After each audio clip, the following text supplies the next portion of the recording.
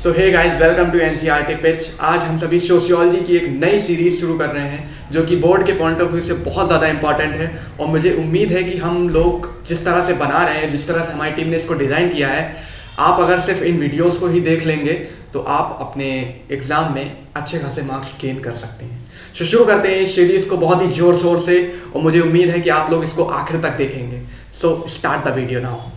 तो हमारा पहला चैप्टर सोशियोलॉजी का है, demographic structure of the Indian society. तो सबसे इंपॉर्टेंट चीज़ है कि डेमोग्राफिक का मतलब क्या होता है, ये इंपॉर्टेंट चीज़ है, तभी तो हम डेमोग्राफिक स्ट्रक्चर के बारे में जानेंगे।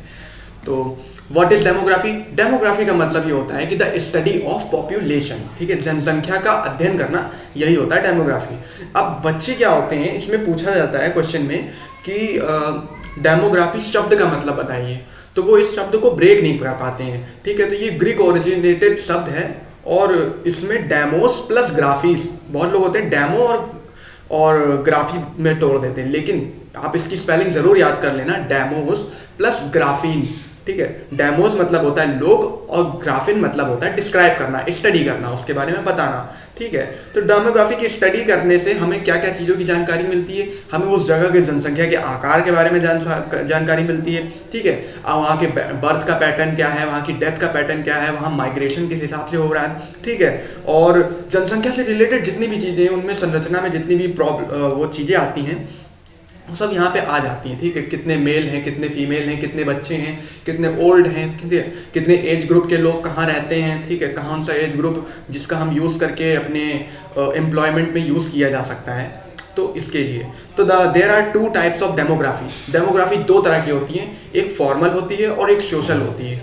अब इम्पॉर्टेंट चीज़ ये है कि जो ये अगर आप इसको हिंदी में पढ़ेंगे तो बहुत आसानी से समझ जाएंगे, क्योंकि हिंदी के वर्ड ही इतने आसान हैं। फॉर्मल मतलब होता है आकारिक जनसांख्यिकीय, और सोशल मतलब होता है सामाजिक जनसांख्यिकीय। तो आकारिक का मतलब आपको समझ में आ रहा होगा कि आकार के आधार पर जो जनसंख्या का अध्ययन किया जाए वो फॉर्मल डेमोग्राफी में आता है। तो आकार के आधार पर क्या क्या चीज़ें आ जाएंगी इसमें, केवल हम स्ट्रक्चर के बारे में जान पाएंगे, ठीक है। और तो इनमें जैसे कि टोटल पॉपुलेशन कितनी है, number of male, number of female, जो मैंने आपको बताया, ठीक है, नंबर ऑफ यूथ कितने हैं, वर्किंग पॉपुलेशन कितनी है, ठीक है। ये सब हमें एक मिनिमम सा डेटा मिलता है। लेकिन जब हम सोशल पॉपुलेशन के बारे में, सोशल डेमोग्राफी के बारे में जानते हैं, तब हम जानते हैं कि बर्थ रेट कैसा है हमारा, डेथ रेट कैसा है, ठीक है, कितने लोग माइग्रेट करते हैं, ठीक है। ऐसी चीज़ें जिससे समाज पे फ़र्क पड़ता है, वहाँ के रिसोर्सेज पे फ़र्क पड़ता है, वो चीज़ें सोशल डेमोग्राफी में आती हैं। बहुत ही इंपॉर्टेंट चीज़ है,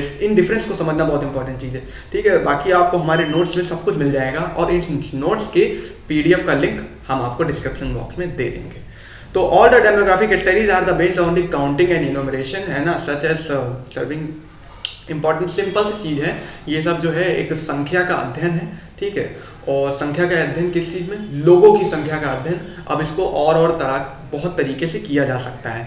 तो किन किन तरीकों से किया जा सकता है और कौन से फैक्ट इनमें मैटर करते हैं, जिन फैक्टों का इस्तेमाल करके गवर्नमेंट लोगों को अपनी पॉलिसीज़ पहुंचाती है और अपनी योजनाओं का लाभ उठाने के लिए उनको देती है, ठीक है। अब जैसे कि फॉर एग्जांपल कोई इंसान है, यहाँ का नागरिक है, ठीक है, आधार कार्ड उसका यहाँ का बना है, यहाँ का एड्रेस है, लेकिन अब वो अपनी जगह छोड़कर दिल्ली में जाता है, तो वो दिल्ली के राशन कार्ड का इस्तेमाल नहीं कर सकता है, ठीक है, क्योंकि वो मेन निवासी जो है वहाँ का है, जहाँ का वो रहता है, ठीक है। जो माइग्रेट करके आया है, तो या तो उसको फिर माइग्रेशन के हिसाब से फिर क्या होता है, लेबर का भी चार्ज होता है, लेबर कार्ड बनता है, ठीक है, उस हिसाब से उसको योजनाओं का लाभ मिलता है। मतलब आप ये नहीं है कि मतलब उन जगहों के संसाधनों से वंचित हो जाएंगे, बस उनके गवर्नमेंट का देने का तरीका जो होगा वो अलग हो जाएगा, क्योंकि गवर्नमेंट को पता तो होगा ना कि आप हमारे एरिया के नागरिक नहीं हैं, तो आपको हम अपनी योजना किस तरह से दें, ठीक है। वैसे तो भारत के सभी नागरिकों को बराबर अधिकार दिया जाता है, गवर्नमेंट बराबर अपनी सुविधाओं को देती है, लेकिन वो किस तरह से देती है, वो वहाँ की जो भौगोलिक कंडीशन है, जोग्राफिकल कंडीशन है, वो बहुत ज़्यादा मैटर करती है, ठीक है।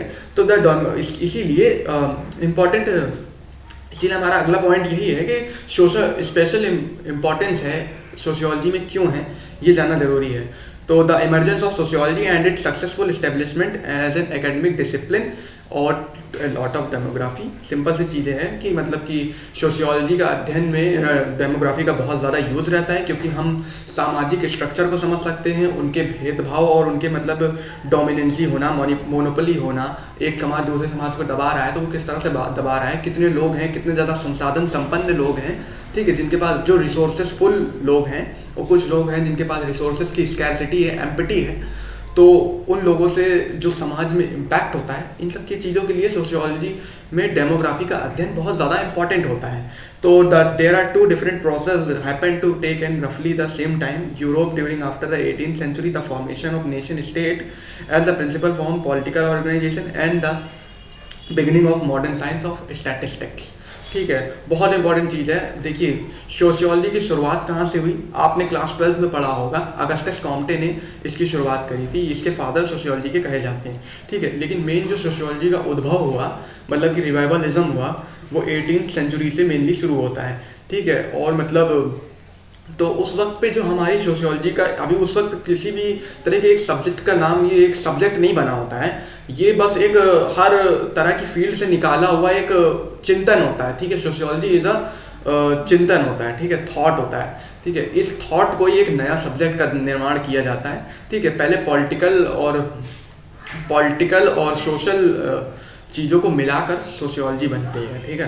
The modern state had begun to expand it role and function. It had for instance begun to take an active interest in the development of early forms of the public health management, policing, maintenance, law and order, economic policies, industry, taxation. वही चीज़ें हैं जो मैंने आपको बता दी शुरू होने से पहले कि गवर्नमेंट को इन सब डेमोग्राफी से इन सब चीज़ों की जानकारी होती है, जिसका इस्तेमाल करके वो अपनी जो पॉलिसीज़ हैं उसको एग्जीक्यूट कराने के लिए एग्जीक्यूट आसानी से कर सकती है। कितने लोगों से टैक्स लेना है, कहाँ पे कौन सी इंडस्ट्री लगानी है, ये सब बहुत सिंपल सी चीज़ें हैं, ठीक है। बस आप डेमोग्राफी की इम्पोर्टेंस को समझ जाइए, तो डेमोग्राफी क्या होती है ये बहुत आसानी से आप एक्सप्लेन कर सकते हैं, ठीक है। तो the demographic data are important for the planning and implementation of the state policies, those specially those for the economic development and general public welfare.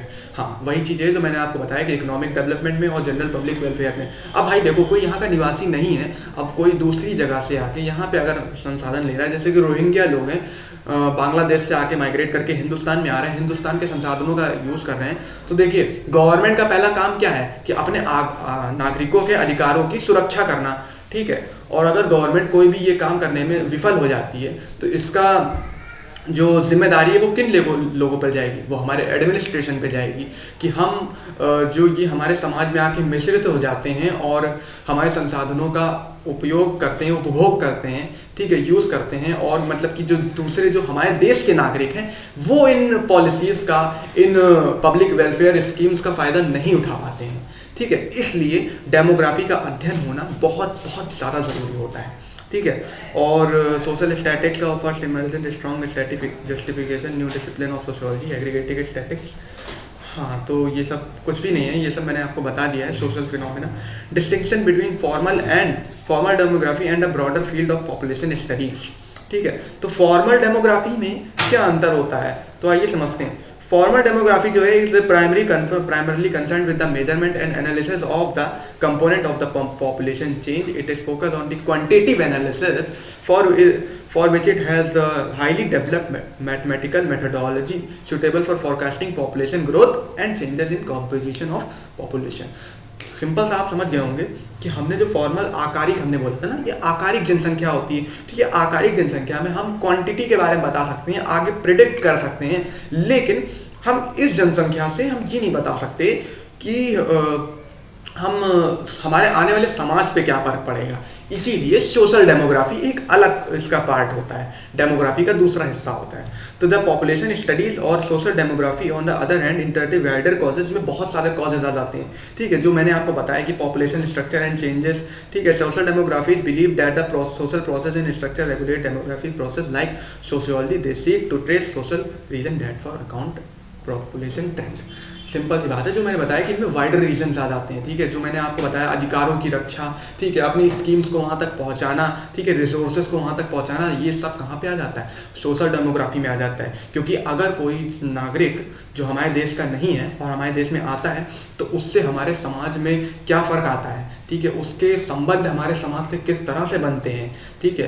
तो ये बहुत इंपॉर्टेंट चीज़ होती है, इसीलिए ये एक बहुत ब्रॉडर टर्म हो जाता है, इसीलिए सोशल डेमोग्राफी में आता है, ठीक है। मुझे लगता है कि मैंने काफ़ी अच्छे तरीके से समझाया है। अगर फिर भी आपको कोई दिक्कत हो तो प्लीज़ आप मुझे कमेंट बॉक्स में ज़रूर बता सकते हैं।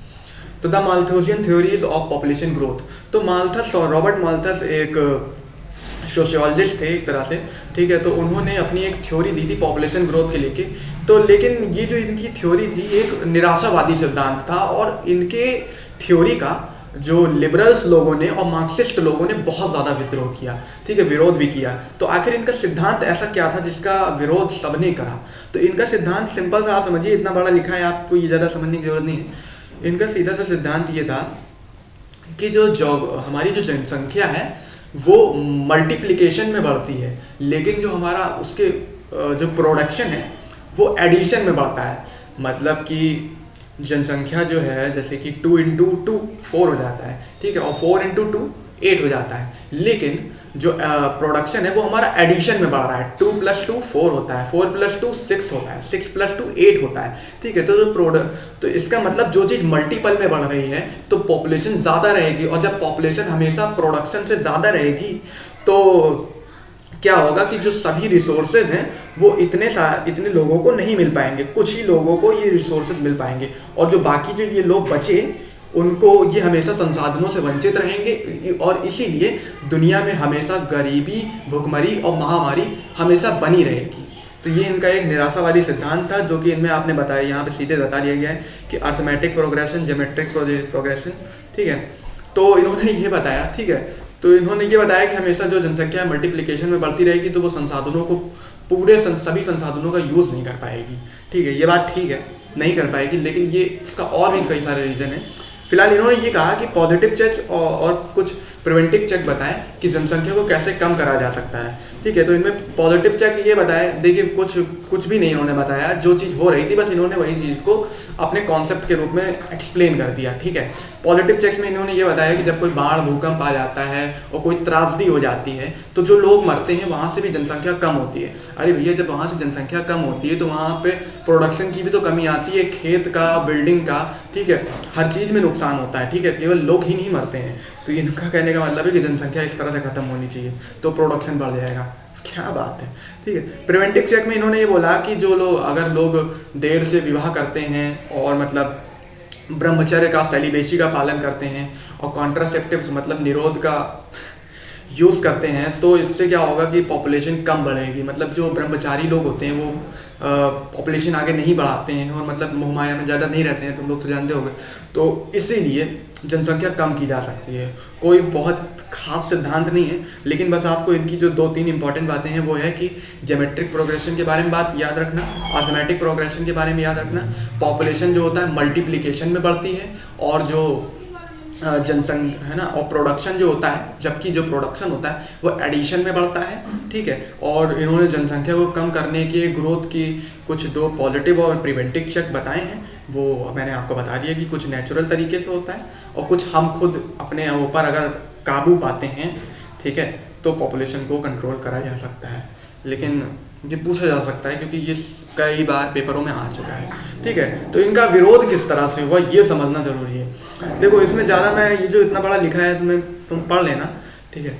इनका विरोध लिबरल्स और मार्क्सिस्ट लोगों ने किया है, ठीक है, उदारवादी लोगों ने और मार्क्सवादी लोगों ने। और मार्क्सवादी लोगों ने क्यों किया विरोध, समझिए।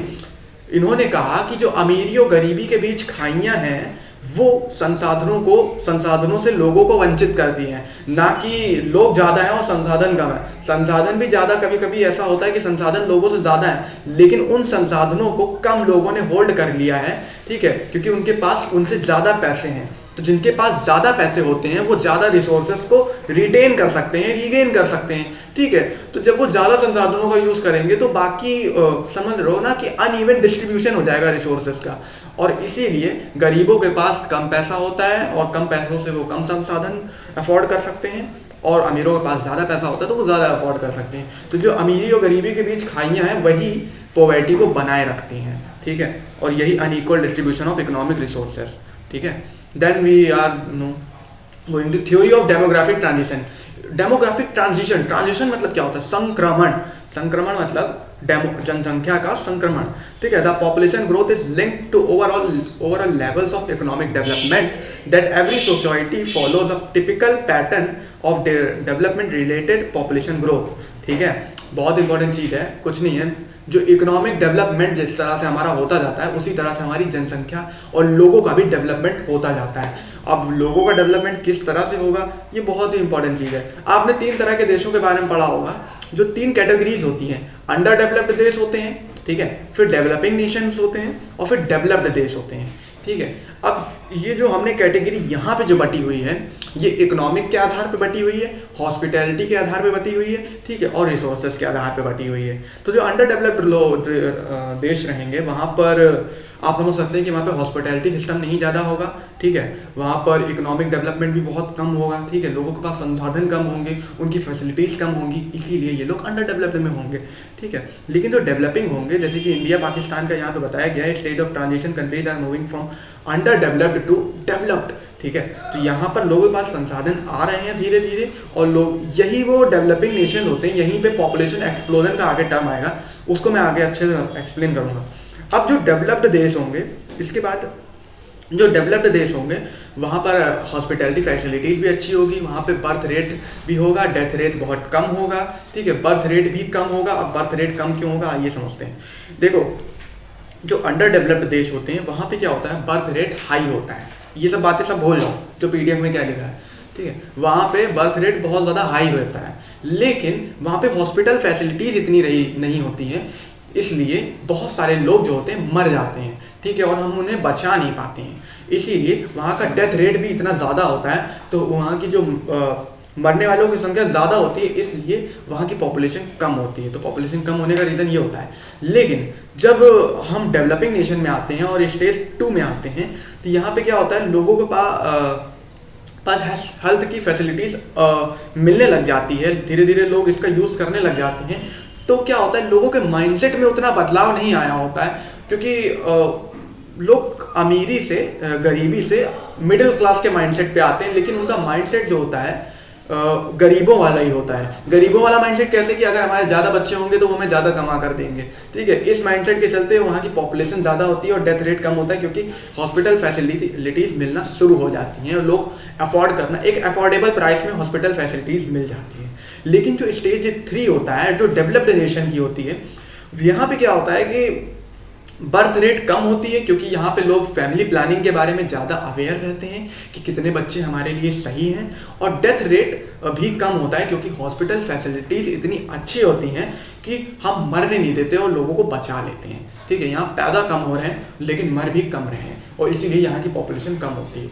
तो ये पूछा जा सकता है कि इन तीनों में से पॉपुलेशन सबसे ज़्यादा कहाँ की होती है, तो आप बोलोगे स्टेज 2 वालों की होती है, ठीक है, डेवलपिंग नेशंस की, और वो है भी, आप जानते हो, ठीक है। ये सब मैंने आपको बता दिया, ठीक है। डेवलपिंग, हाँ, एक दो पॉइंट और है कि डेवलपिंग नेशन में जो पॉपुलेशन इन लोगों की ज़्यादा होती है, तो क्यों होती है, क्योंकि ये जैसे कि हम लोग जानते हैं कि हम लोग मेल बॉय चाइल्ड को प्रमोट करते हैं, ठीक है, और हम लोग इलिटरेट होते हैं, ऐसा बोलना नहीं चाहिए, हम लोग इलिटरेट नहीं है, ठीक है। अब हम लोग डेवलप्ड नेशन की ओर आगे बढ़ रहे हैं, फिलहाल जो बुक हमें पढ़ा रही है वो पढ़ना पड़ेगा, ठीक है। तो पैट्रियार्कल जब सोसाइटी होती है तो वहाँ पे फीमेल चाइल्ड का इतना ज़्यादा वो नहीं होता है, प्रिफर्ड नहीं किया जाता है, उसको पसंद नहीं किया जाता है। तो लोग पुराने माइंडसेट, मैंने ये कहा ना कि ये लोग डेवलप तो हो रहे होते हैं, मिडिल क्लास में तो आ रहे होते हैं, लेकिन इनका माइंडसेट इतना पुराना होता है, तो ये उसी माइंडसेट के साथ आगे बढ़ रहे होते हैं, और इसीलिए वहाँ पर हमारी जो बर्थ रेट होता है हाइयर होता है, ठीक है। डेवलप्ड कंट्रीज़ का जो यही मैंने आपको बता दिया, पॉपुलेशन एक्सप्लोजन ये डेवलपिंग नेशन में होता है, डेवलप्ड नेशन में नहीं होता है, ठीक है, क्योंकि हेल्थ और मेडिकल फैसिलिटीज़ मैंने आपको बता दिया। कॉमन कंसेप्ट ऑफ पॉपुलेशन, अब ये सब जो आप लोग देख रहे हैं, 5-6 डेफिनेशंस हैं, 7-8 डेफिनेशन है मेरे हिसाब से, ये सब आप लोग को याद नहीं होंगी, ठीक है। इनको इनकी कॉन्सेप्ट को समझना बहुत ज़्यादा ज़रूरी है। तो इसको कुछ आप ऐसे समझ सकते हैं, जैसे कि एक मोहल्ला है, आप समझना, जैसे जिस तरह से मैं इसको समझा रहा हूँ, एक मोहल्ला होता है, ठीक है। वहाँ पर एक साथ 10 बच्चे जो होते हैं, 10 औरतें प्रेग्नेंट होती हैं, ठीक है। तो जब हॉस्पिटल जाती हैं तो उन 10 में से 8 बच्चे मान लो पैदा होते हैं, ठीक है, बर्थ रेट ये पैदा हो जाते हैं, लेकिन 2 बच्चे जो होते हैं दुर्भाग्यवश मर जाते हैं। कैसे मर जाते हैं, इसका एक कारण होता है, ठीक है। कारण ये होता है कि एक बच्चे का मान लो उसके हार्ट में छेद होता है, तो उसको जो डॉक्टर होते हैं उसका इलाज वहाँ पर मतलब कि उतनी फैसिलिटीज़ नहीं होती हैं, उतने अच्छे सर्जन्स नहीं होते हैं कि किसी पैदा हुए बच्चे के जो मतलब बचाया जा सके, ठीक है। तो वो बच्चा मर जाता है, ठीक है। दूसरा जो बच्चा मरता है इसलिए मर जाता है कि उसकी जो औरत होती है, उसका जो पति होता है, उसको मतलब शराब वराब पीता होता है, थप्पड़ वप्पड़ मारता रहता है। तो क्या होता है कि उसके बच्चे को और उसको खुद को उतना ज़्यादा न्यूट्रिशन नहीं मिलता है, ठीक है। जब ये न्यूट्रिशन नहीं मिलता है तो उसका जो बच्चा होता है बहुत ही कमज़ोर होता है, और जब वो 6-7वें महीने में चल रही होती है तो बहुत ही ज़्यादा कमज़ोर हो जाती है, और 9वें महीने में जब वो बच्चे को जन्म दे रही होती है तो वो तो मर ही जाती है, साथ ही उसका बच्चा भी मर जाता है, ठीक है। तो अब जो मैंने जितनी चीज़ें आपको बताई, इसमें आपको समझना होगा मोटा मोटा 10 में से जो 8 लोग पैदा हुए और जिनको बचा लिया गया वो लोग बर्थ रेट में आएंगे, जो 2 लोग मरे वो डेथ रेट में आएंगे, ठीक है। और जो एक बच्चा मरा वो आएगा आपके उसमें शिशु मृत्यु दर में, इन्फेंट मोर्टेलिटी रेट में आएगा, ठीक है। और जो एक औरत मरी वो आएगी मैटरनल मोर्टेलिटी रेट में, ठीक है, जो माता मरी, ठीक है। तो इस तरह से मतलब कि आप कॉन्सेप्ट को अगर समझेंगे तो आपको समझ में आ जाएगा कि अच्छा यहाँ पे क्या है कि बर्थ रेट और डेथ रेट है ये 1000 में ही क्यों होती है। जिस तरह से जो परसेंटेज होती है वो 100 में होती है, उसी तरह से जब हम किसी बड़ी चीज़ों के बारे में बात कर रहे होते हैं, जब बड़ी जनसंख्या के बारे में, ठीक है, बड़ी क्वांटिटी के बारे में, तो हम उनको 1000 में बताते हैं, ठीक है। तो 1000 में जितने लोग पैदा होते हैं उनको बर्थ रेट में गिना जाता है, जितने लोग 1000 में मरते हैं उनको डेथ रेट में गिना जाता है, ठीक है। नेचुरल इंक्रीज किस तरह से होता है, जब बर्थ रेट ज़्यादा होती है और डेथ रेट कम होती है, ठीक है, तो ये बर्थ रेट में आ जाता है। रिप्लेसमेंट लेवल क्या होता है, जितने बंदे पैदा हो रहे हैं उतने बंदे मर रहे हैं, ठीक है, मतलब जितने बच्चे पैदा हो रहे हैं उसकी जगह बुढ़े लोग मर जा रहे हैं, तो मतलब कि बुढ़ों की जगह पैदा होने वाले बच्चों ने ले ली, दैट्स ए रिप्लेसमेंट लेवल, ठीक है। जीरो लेवल क्या होता है, जीरो लेवल ये होता है कि इसमें ये ज़्यादातर ये आपके केरला जैसे स्टेट्स में मिलेगा आपको, ठीक है।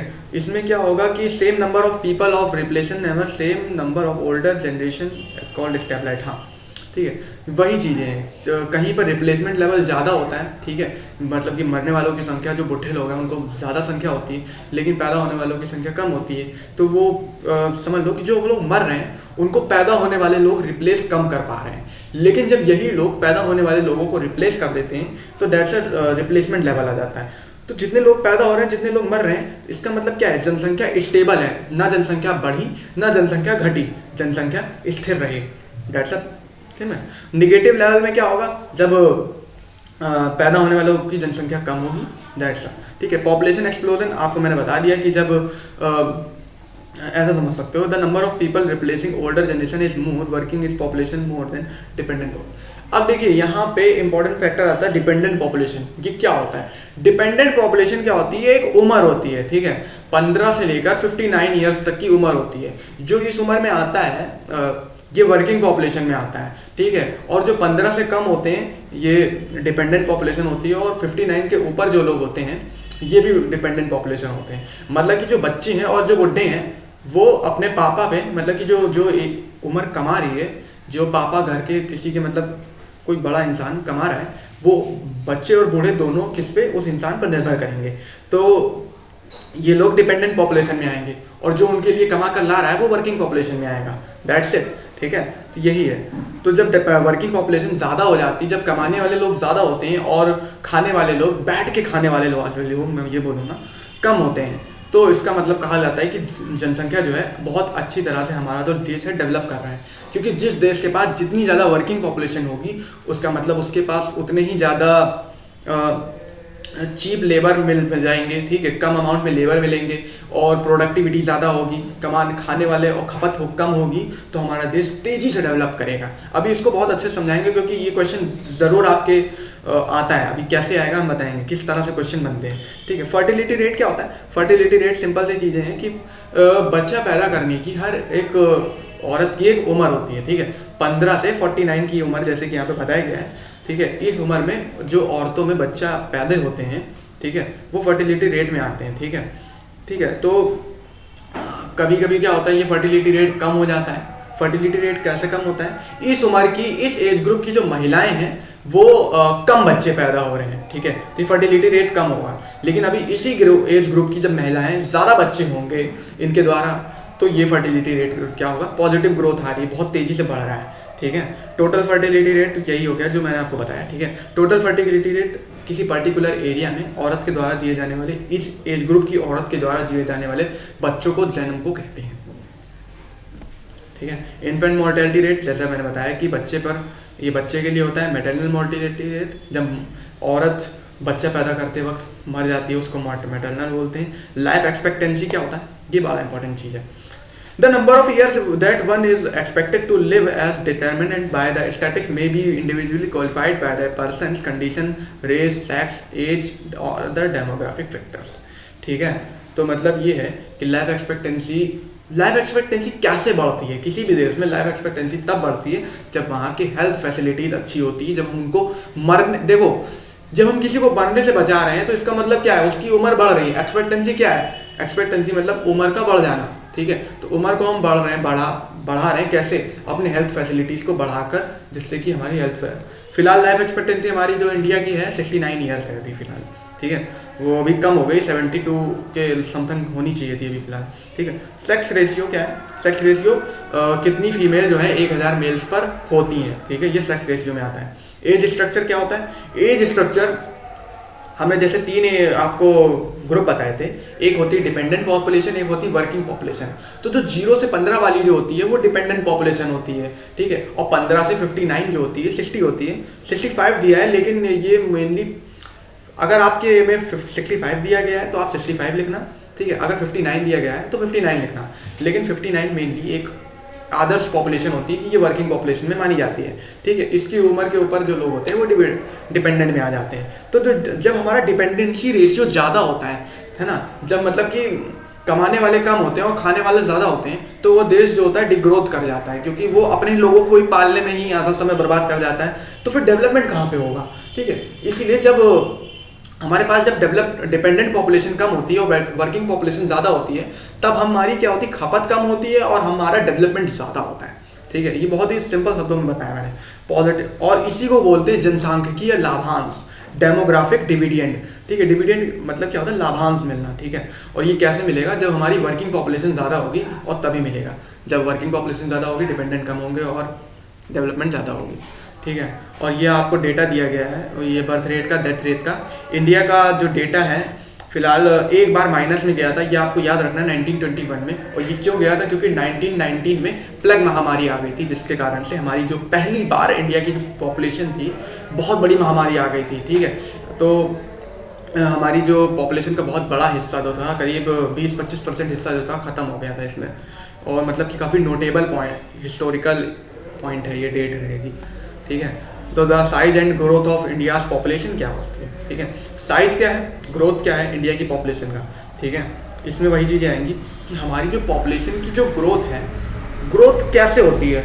जब डेथ रेट कम होती है और बर्थ रेट ज़्यादा होती है तो ये ग्रोथ हो रही है, ठीक है। ग्रोथ कम कैसे होती है? जब बर्थ रेट कम है और डेथ रेट ज़्यादा है तो ग्रोथ कम हो रही है। तो सिंपल सी चीज़ है। लेकिन क्या था कि हमारी जो पहले बर्थ रेट ज़्यादा थी, लेकिन मैंने क्या कहा था, हम उन्हें बचा नहीं पाते थे, इसलिए डेथ रेट भी ज़्यादा थी, इसलिए हमारी पॉपुलेशन कम थी। लेकिन जैसे ही हमारे पास हेल्थ फैसिलिटीज़ आई तो हमारी वो चीज़ें बढ़ गई और फिर बर्थ रेट तेज़ी से बढ़ने लग गई, ठीक है। तो पहले डेथ रेट ज़्यादा होने के कारण क्या क्या थे? महामारी हो जाना, जैसे मैंने बताया, नेचुरल डिजास्टर आ जाना। फैमाइन मतलब क्या होता है? महामारी, अकाल होता है, इसको बोला जाता है, ठीक है, हिंदी में। एपिडेमिक्स क्या होता है? एपिडेमिक्स, हाँ, एपिडेमिक्स और पैंडेमिक ये 2 शब्द हैं, ये आपसे शायद पूछ सकता है, मेरे हिसाब से, मुझे ऐसा लगता है। एपिडेमिक क्या होता है? किसी एक एरिया में जब कोई महामारी फैलती है, मतलब कि बीमारी फैलती है, तो उसको एपिडेमिक बोलते हैं, ठीक है। लेकिन पैंडेमिक क्या होता है, महामारी होती है और ये बहुत बड़े एरिया में जब फैल जाती है तो उसको पैंडेमिक बोलते हैं, ठीक है। तो ये सिंपल सा मतलब है एपिडेमिक और पैंडेमिक का मतलब, ठीक है। स्पेनिश इन्फ्लुएंजा ये सब मैंने वही से बताया ना कि उस वक्त पे जब वर्ल्ड वॉर 2 हो रहा था और जब सैनिकों का आवागमन होता था तो क्या होता था कि कम्युनिकेबल डिसीज़ होने लग जाते थे, ठीक है, जो हाथ से छू देने से वायरल डिसीज़ होने लग जाते थे, ठीक है। और फिर सैनिटाइजेशन की कमी थी, ठीक है, उस वक्त उतनी साफ़ सफाई नहीं थी, हमारे देश में भी नहीं थी, ठीक है। और जब युद्ध होता है तो आप जानते हो कि क्या क्या चीज़ें होती हैं और क्या क्या चीज़ें मतलब गलत फैक्टर आते हैं, ठीक है। मेडिकल फैसिलिटीज़ भी उस वक्त पे बहुत कम थी क्योंकि युद्ध हो रहा था, हर चीज़ें तो तबाही मच रही थी, तो तबाही में बीमारी और ये सब चीज़ें आना बहुत कॉमन होती हैं, ठीक है। सोल्जर्स, फिर ये सब चीज़ें बता दी हैं। केमिकल्स एक्सप्लोजन, ठीक है। केमिकल एक्सप्लोजन कैसे है, हमारा इन्वायरमेंट तो ख़राब होगा ही ना, इन्वायरमेंट को नुकसान क्यों होगा, जब इतना पॉल्यूशन होगा, इतना धुआं होगा तो सब चीज़ें आ जाती, मैटर कर जाती हैं, ठीक है। वैक्सीनेशन नहीं मिल पाता था उस वक्त पे, और ये सब कंडीशंस जो है ना आप अपने मन में बना के रखो कि जब अपने मन में ये सोचो कि जब तुम्हारे यूक्रेन में जो युद्ध हो रहा है उस वक्त पे लोग, मीडिया तो फिलहाल हमारी नहीं दिखा रही है, लेकिन अगर उसकी कंडीशन के बारे में जब आप खुद आंख बंद करके सोचोगे तो आपको खुद समझ में आ जाएगा और आप खुद बता दोगे कि क्या क्या इसके पॉपुलेशन के कम होने के कारण होते हैं, ठीक है, ठीक है। तो नेचुरल और मैन मेड यही है कि जब ज़रूरत से ज़्यादा बारिश, मैन मेड में यही चीज़ें सब सिंपल है बहुत ज़्यादा। हाँ, डॉक्टर अमर्त्य सेन जो कि जिन्होंने भारत को नोबेल पुरस्कार भी दिलाया था, उन्होंने एक कॉन्सेप्ट, अपनी एक स्टेटमेंट दिया था, इसमें हिंदी वालों के लिए मैं बता रहा हूँ। हकदारी की पूर्ति का अभाव। हकदारी की पूर्ति मतलब क्या होता है, किसी का हक मार लेना, किसी गरीब का हक अमीर ने अगर मार लिया तो हकदारी की पूर्ति का अभाव में आएगा, ठीक है। तो यहाँ पे सिंपल सी चीज़ ये है कि जब अमीर लोग ज़्यादा संसाधनों को, रिसोर्सेज को और ज़्यादा पैसे को होल्ड कर लेते हैं तो मार्केट में जो मनी है वो ज़्यादा मनीफ्लेशन आ जाती है, और जब पैसा मूव कम कर पाएगा क्योंकि उनके पास ज़्यादा पैसा है और उसको वो होल्ड करके रख लिया है, इसी को तो काला धन बोलते हैं, ठीक है। वो जब पैसे को होल्ड करके रख लेते हैं, मार्केट में जब यूज़ नहीं हो रहा है तो मार्केट से लिक्विडिटी कम हो रही है, और जब लिक्विडिटी कम होती है तो संसाधनों का जो लोगों की जो परचेजिंग पावर है वो कम हो जाती है, पीपीपी, ठीक है, परचेजिंग पावर पैरिटी, ठीक है। तो जब परचेजिंग पावर पैरिटी कम हो जाती है तो क्या होता है कि सीधी सी बात है कि लोगों के पास संसाधन कम होंगे, और संसाधन कम होंगे और तो गरीबी ज़्यादा होगी। तो इसीलिए मिडिल क्लास का जो वर्ग होता है किसी भी देश के लिए एक अच्छी और आदर्श स्थिति मानी जाती है कि किसी देश में मिडिल क्लास का जो वर्ग है वो अच्छा माना जाता है, ठीक है।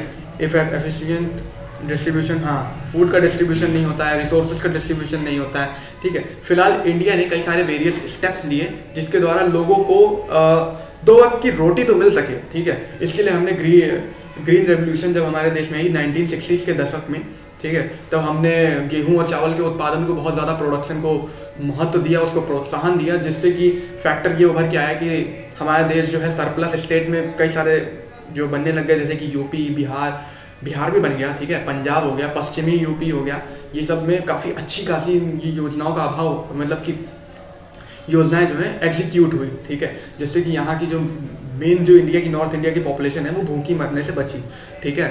और मेडिकल फैसिलिटीज़ पर हमने काम किया। और तीसरा इंपॉर्टेंट चीज़ है नरेगा मतलब national rural employment guarantee act 2005, ठीक है, ये मनरेगा था, फिर नरेगा बन गया। इसमें यह था कि लोगों को कम से कम साल में 100 दिन उनको जॉब की गारंटी देते थे। अब ये जो नरेगा है ना, तो ऐसे नहीं तुम्हें समझ में आएगा। नरेगा जैसे कि गांव में कोई भी काम हो रहा होता है, जैसे कि गांव में रोड बन रही होती है, उठा लिया नरेगा के तहत नरेगा वालों ने, ठीक है। गांव में तालाब बन रहा होता है, ठीक है, कोई भी गांव में डेवलपमेंट, छोटे मोटे काम होते हैं, जो मजदूर आते हैं ना वो नरेगा की तरफ से आते हैं, ठीक है। तो आपको समझ में आ रहा होगा कि गवर्नमेंट ने लोगों को जॉब भी उस वक्त पे दी धीरे धीरे, जिससे कि लोगों के अंदर परचेजिंग पावर बढ़ी, ठीक है, ग्रीन रेवोल्यूशन लाई, फिर मेडिकल फैसिलिटीज़ लाई। तो ये बीते हमारे 70 दशकों की कहानी है, जिससे कि हमारी पॉपुलेशन आज एक मिडिल क्लास के स्टेट में आई है, ठीक है।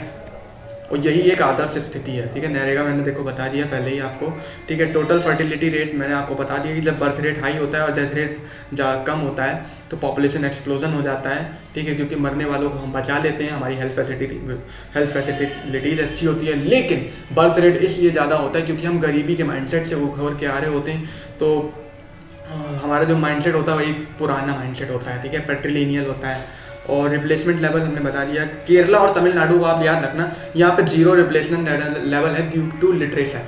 देखो जब लोग लिटरेट होते हैं ना तो उनके पास वो एम्पावर्ड हो जाते हैं, और जब जागरूक होते हैं तो वो उन्हें पता होता है कि किसी देश की 50% आबादी को घर पे बैठाल के रखने से काम नहीं चलेगा, ठीक है। तो वो अपनी खुद की डिपेंडेंट पॉपुलेशन को बढ़ा रहे हैं, ठीक है। तो जब 50% क्या है, औरतें हैं, औरतों को अगर घर पे बैठा के रखेंगे तो 50% लोग 50% को अगर पालेंगे तो फिर डेवलप कौन करेगा। और उन 50% में भी बुढ़े भी हैं और बच्चे भी हैं, तो केवल मुश्किल से मान लो 20-30% अगर मेल हैं जो कि वर्किंग पॉपुलेशन में आते हैं, तो क्या वो 70-80% की पॉपुलेशन को पाल सकते हैं, ठीक है, और साथ ही साथ डेवलप कर सकते हैं। आप खुद सोचो, अपने मन से सोचो तो आपको पता चल जाएगा, ठीक है। उत्तर प्रदेश में रिप्लेसमेंट लेवल बहुत ज़्यादा हाई है, समझ रहे हो, क्योंकि यहाँ पे डेथ रेट कम है और बर्थ रेट बहुत ज़्यादा है, ठीक है। और यहाँ पर यूथ की पॉपुलेशन बहुत तेज़ी से बढ़ रही है। तमिलनाडु और लो फर्टिलिटी रेट में जो जो स्टेट्स आपको बता दिए गए हैं वो आप देख लेना, ठीक है। तमिलनाडु, कर्नाटका, हिमाचल प्रदेश, वेस्ट बंगाल, ठीक है। हाँ, आप यहाँ पे हाई फर्टिलिटी रेट में, हाई फर्टिलिटी कहाँ पे होगी, जहाँ पर बर्थ रेट ज़्यादा होगा। बर्थ रेट ज़्यादा होगा वहाँ पे डेथ रेट कम होगा, ठीक है। डेथ रेट ज़रूरी नहीं कि कम भी हो, ठीक है। तो यूपी बिहार आप याद कर लेना, 4 स्टेट जो हैं, यूपी बिहार राजस्थान एमपी, ये 4 स्टेट ऐसे स्टेट्स हैं जहाँ पर हाई बर्थ रेट है, ठीक है। एज स्ट्रक्चर के बारे में आपको बता दिए कि 3 एज स्ट्रक्चर होते हैं, वर्किंग पॉपुलेशन, यूथ पॉपुलेशन और ओल्ड और रिटायर्ड पॉपुलेशन, ठीक है। डेमोग्राफिक डिविडेंड के बारे में बता दिया। केरला का, हाँ अब देखिए केरला का जो एज स्ट्रक्चर है, एक आदर्श स्थिति क्या होती है कि जब हमारी वर्किंग पॉपुलेशन ज़्यादा हो और डिपेंडेंट पॉपुलेशन कम हो, मैंने आपको बताया, तभी देश जो है डेवलप कर सकता है। तो केरला उस स्थिति में आ चुका है, क्योंकि वहाँ पर जो वर्किंग पॉपुलेशन है वो ज़्यादा है और जो डिपेंडेंट पॉपुलेशन है वो कम है। इसका मतलब वो अपने लिए आगे के लिए सोच सकता है, ठीक है। इसीलिए वहाँ पर वेल्थ, बेटर इकोनॉमिक डेवलपमेंट हो जाता है, एजुकेशन सबको प्रोवाइड होती है, तो लिटरेट भी हैं, ठीक है, और हेल्थ फैसिलिटीज़ तो है ही है, ठीक है। तो एडवांटेजेस करंट वर्किंग पॉपुलेशन, ये सब चीज़ें हैं। The declining sex ratio in India, बहुत इंपॉर्टेंट चीज़ है। सेक्स रेशियो में डिक्लाइन किस तरह से हुआ इंडिया के, ये बहुत ज़्यादा ज़रूरी। 911 हो गया था जहाँ तक 2011 के आंकड़े के मुताबिक, ठीक है। जब फीमेल्स की संख्या 1000 मेल पर कम होने लगती है तो वो उसको सेक्स रेशियो कम माना जाता है। और ये क्यों होता है, इसके बहुत सारे रीज़न बताए जाते हैं, ठीक है। लोग बॉय चाइल्ड को ज़्यादा प्रेफर करते हैं, जैसे कि हमारे बताया कि हमारा जो समाज है एक पेट्रीलिनियल सोसाइटी है, पेट्रियार्कियल चीज़ों को प्रमोट करती है, और हमारा माइंडसेट अभी भी वही पुराना वाला है। मैं लोअर नहीं बोलूँगा, पुराना वाला है। और अभी मिडिल क्लास में आए भरे हैं, लेकिन हम उसी ही स्टेट में रहें। इकोनॉमिक रूप से भले ही हम मजबूत हो गए हैं, लेकिन हमारी जो स्टेट है अभी भी वही है। सेक्स रेशियो ऑलवेज भी concern in India, reason for declining sex ratio, mindset of people. हाँ ये, हाँ एक टेक्निक आई थी जो एक वक्त पे, तो 90s के दशक में, तो इसका यूज़ करके जो देखा गया, गवर्नमेंट ने ये देखा कि जो फीमेल जो गर्ल चाइल्ड है उसको बहुत ज़्यादा मारा जाने लगा। सोनोग्राफी जो टेक्निक है, इसके तहत ये देखा गया कि लोग पहले ही बता देते थे कि लड़की होने वाली है कि लड़का होने वाला है। तो जब लड़की होने वाली होती थी तो उसको पेट के अंदर ही मार दिया जाता था। और ये टेक्निक इतनी ज़्यादा कारगर थी कि मुश्किल से 2 से 3 महीने में आपको बता देती थी कि लड़का होना है या लड़की होना है, मतलब कि XX क्रोमोसोम मिला है कि XY क्रोमोसोम मिला है, ठीक है। तो इसको फिर गवर्नमेंट ने बैन किया, और मतलब कि फिर एक्ट बनाया 1996 में, एक बार एक्ट बनाया, और फिर 2003 में इसको दोबारा से अच्छी तरह से इन्फोर्स करने के लिए स्ट्रिक्टली और ज़्यादा कानून बनाए, ठीक है। और ये चीज़ मेनली, इस चीज़ का उपयोग सबसे ज़्यादा कहाँ पे किया गया, आपके पंजाब में, हरियाणा में, और तो और पंजाब, हरियाणा और बिहार में भी, ठीक है। यूपी को हम थोड़ा कम लेंगे क्योंकि यूपी में बहुत ज़्यादा पॉपुलेशन रहती है, तो हर जगह का अलग अलग माइंडसेट है, ठीक है। लिटरेसी रेट में, literacy is the ability to read. हाँ, लिटरेसी का मतलब क्या होता है, किसी चीज़ को पढ़ने और लिखने की कला या समझने की कला, योग्यता, मिनिमम योग्यता जिसको होती है वो लिटरेट में आता है, ठीक है। Education is a combination of formal and informal education, ठीक है। केरला हैज़ अ मैक्सिमम, और Rajasthan and north eastern state have low literacy rate. Simple सी चीज़ें हैं। जेंडर हाँ, more males are literate to female but becoming higher, ठीक है। पहले क्या था कि लड़कियों को पढ़ने का अधिकार कम था और चूल्हा चौके में था, तो मतलब कि पहले कम था, लेकिन अब जब समाज हमारा सोसाइटी का अपग्रेड हुई है, जब सोसाइटी, तब से फीमेल्स का इन्फ्लुएंस जो है टीचिंग की लाइन में और पढ़ाई की लाइन में काफ़ी तेज़ी से बढ़ा है। और ये देखा जा रहा है कि जहाँ जिन राज्यों में महिलाओं की संख्या ज़्यादा है, उनकी जो डेवलपमेंट है और मतलब कि वुमेन का पार्टिसिपेशन जो है, लेबर पार्टिसिपेशन रेट काफ़ी तेज़ी से बढ़ा है, ठीक है, और उनका प्रोडक्शन भी बढ़ा है, ठीक है। सोशल ग्रुप्स के बारे में मैंने बता दिया है, ठीक है। SC ST, हाँ, हाई इनकम फैमिलीज़ को देखो, बहुत सारे सोशल ग्रुप्स हैं जिनको डोमिनेंट पोजीशन में होते हैं, ठीक है, तो वो लोअर वाले को दबाने की कोशिश करते हैं, और इसीलिए गवर्नमेंट ने रिजर्वेशन का प्रोसेस बनाए हैं, जिससे कि SC ST और OBC जैसे लोगों को रिजर्वेशन देकर समाज में बराबरी का दर्जा दिलाएं, जिससे कि मिडिल क्लास वर्ग हमारे देश में बने और इकोनॉमिक रूप से सभी लोग बराबर रहें और सोसाइटी का एक माइंडसेट चेंज होगा, ठीक है। रूरल और अर्बन डिफरेंसेस क्या है? There is a migration from rural areas to urban areas, are there better job opportunities. हाँ, रूरल से अर्बन आदमी क्यों आएगा? मैंने बताया कि जॉब के अपॉर्चुनिटीज़ में आएगा, ठीक है, बेहतर हेल्थ फैसिलिटीज़ के लिए आएगा। कोई भी कुछ भी काम नहीं जानता है, फिर भी वहाँ पे वो ये चाहता है ना कि देखो वहाँ पे क्या है, जनसंख्या का ज़मीन पर दबाव बहुत ज़्यादा हो रहा है, इसलिए भी लोग गांव से शहर में आके माइग्रेट कर रहे हैं, और इसीलिए शहर बहुत तेज़ी से बड़ा हो रहा है। शहर किस तरह से बड़ा हो रहा है अभी मैं आगे आपको बताऊंगा, ठीक है। तो फिलहाल ये हमारी पॉपुलेशन का शेयर है जो प्रोजेक्ट किया गया है कि यूपी बिहार की पॉपुलेशन सबसे ज़्यादा रहने वाली है, ठीक है, और फिर MP राजस्थान। आप यहाँ ये देखोगे, सबसे इंपॉर्टेंट चीज़ है आंध्र प्रदेश, तमिलनाडु, केरला और कर्नाटका का शेयर जो है, भले ही बहुत बड़े स्टेट है, बहुत बड़ा एरिया है, लेकिन जो उनकी पॉपुलेशन में जो शेयर है इंडिया की पॉपुलेशन में, टोटल शेयर में सिर्फ 13% है। तो साउथ इंडिया के लोग जो हैं फैमिली प्लानिंग में नॉर्थ इंडिया से ज़्यादा अवेयर हैं और उन्होंने बहुत चीज़ों को अच्छे से माना है, ठीक है, फॉलो किया है, ठीक है। Reasons for migration from rural to urban area, simple सी चीज़ें जो मैंने बता दिया। और भी बहुत सारी चीज़ें हैं कि जैसे कि गाँव के लोगों को भी ये चाहते हैं कि वो भी शहर की सुविधाओं का लाभ का फ़ायदा उठाएं, ठीक है, और शहरी जीवन भी उनको अट्रैक्ट कर रहा है, ठीक है, लाइफ स्टाइल जो होती है, ठीक है। और बहुत सारे उनकी मजबूरियां भी होती हैं कि जैसे कि बाढ़ आ गई, ठीक है, प्रोडक्शन नहीं हुआ, ठीक है, तो अब क्या करेंगे, खेत बर्बाद हो गया, तो अब क्या करेंगे। उनके पास एक जॉब की सिक्योरिटी के लिए भी बहुत सारे लोग आते हैं, ठीक है। तो city infrastructure with suburbs and are different, ठीक है। मेट्रोपॉलिटन होती है सिटी और मेगापॉलिटन भी सिटी होती है। मेट्रो सिटी और मेगा सिटी, ठीक है, ये जनसंख्या के आधार पर होती है। और मेगा सिटी को आप ज़्यादा अच्छी तरीके से समझ लीजिए कि जो मेगा सिटी होती है, ये जो सबर्ब्स होते हैं, सबर्ब्स क्या होते हैं, जो शहर के किनारे जो शहर, दूसरे शहर जो विकसित हो रहे होते हैं कंटेम्प्रेरी उसी के साथ, उनको मेन शहर में जोड़ दिया जाता है, और फिर उन लोगों को जब जोड़ा जाता है तब मेगा सिटी का निर्माण होता है, जिससे कि जो मेन टाउन है उस पर ज़्यादा दबाव ना पड़े, ठीक है। एक ज़मीन की भी एक क्षमता होती है लोगों की संसाधनों को यूज़ करने की, ठीक है। तो इसीलिए दिल्ली में NCR की रचना हुई। NCR का मतलब ये होता है कि नेशनल कमेटी फॉर रीजन्स के लिए बनाया गया, ठीक है। इसका काम ही यही था कि दिल्ली पर जो जितनी तेज़ी से जो लोग माइग्रेट कर रहे हैं उनको दिल्ली के अगल बगल का एरिया बढ़ाकर उसकी योजनाओं को मतलब कि पहुंचाने के लिए काम किया गया। NCR को इसलिए बड़ा किया गया था। पॉपुलेशन पॉलिसी ऑफ इंडिया, हाँ, ये बहुत इंपॉर्टेंट फैक्टर है, ये ज़रूर आपके पेपर में पूछा जाएगा, ठीक है। इंडिया की पहली जनसंख्या नीति 1952 में आई थी, NFPP जिसको बोला जाता है नेशनल फैमिली प्लानिंग प्रोग्राम, ठीक है, इसको इंट्रोड्यूस किया गया था। इसमें ये बताया गया क्या कि it tried to influence the rate and the pattern of population in socially desirable destruction. It objectives were the population should be controlled and awareness should be spread the socially and desirable.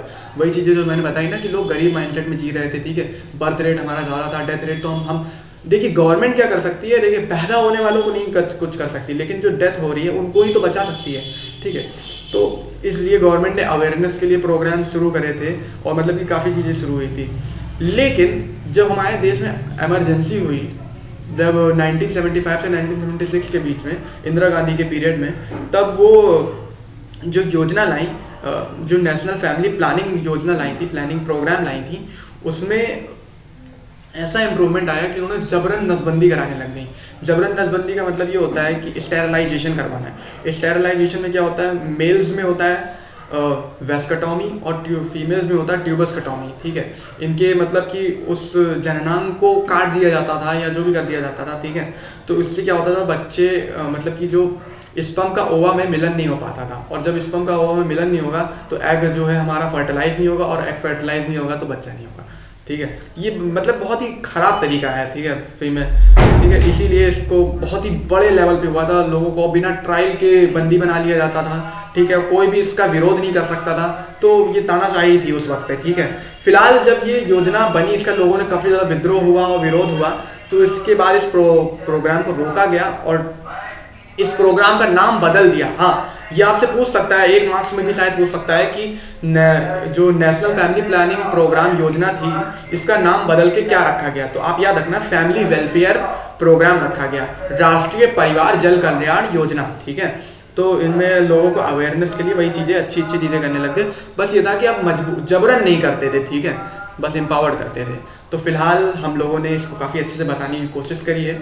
आपको इसमें से कोई भी doubt हो please ज़रूर पूछिएगा, ठीक है। और आप इस वीडियो को लाइक, सब्सक्राइब, शेयर करिए और इस वीडियो का PDF लिंक आपको डिस्क्रिप्शन बॉक्स में मिल जाएगा।